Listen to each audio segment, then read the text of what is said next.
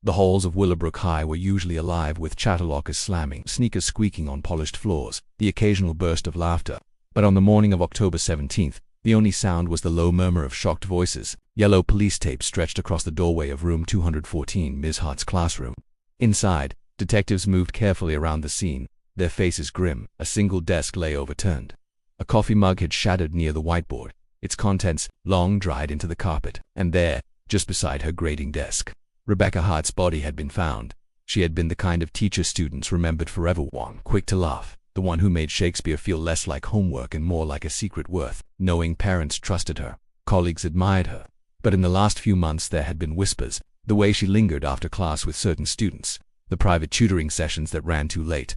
And then there was Jason Cole. Jason wasn't like the other kids. He wore his leather jacket like armor, his dark eyes always scanning the room like he was waiting for a fight. Most teachers wrote him off as trouble, but not Rebecca. She saw something in him, potential maybe, or just a loneliness she recognized. It started small.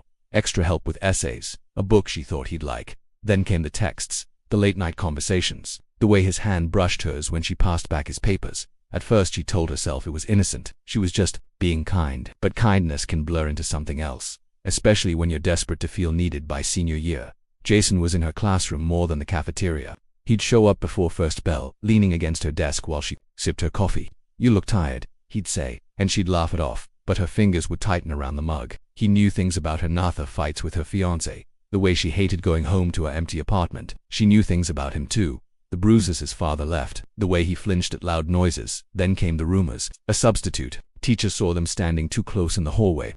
A student swore they'd kissed in the parking lot after the homecoming game. The principal called Rebecca into his office, his voice low. "People are talking," he said. Asterisk, "You need to be careful."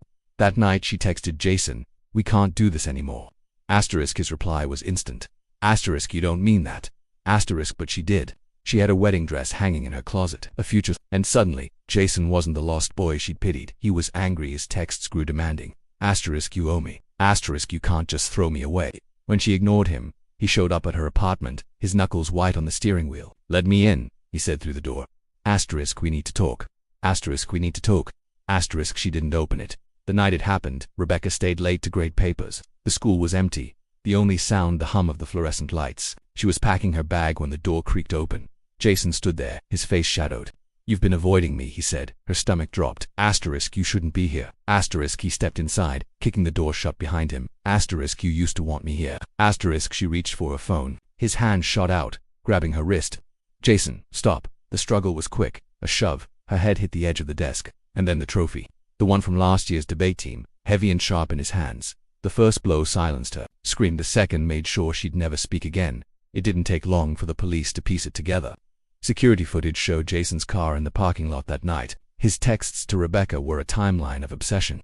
When they arrested him, he didn't cry, he just smiled. "She lied to me," he said. At the trial, Rebecca's fiancé collapsed when they described her injuries. Jason's father sat in the back row, his face blank. The jury deliberated for 3 hours, guilty. In the end, Willowbrook High repainted room 214.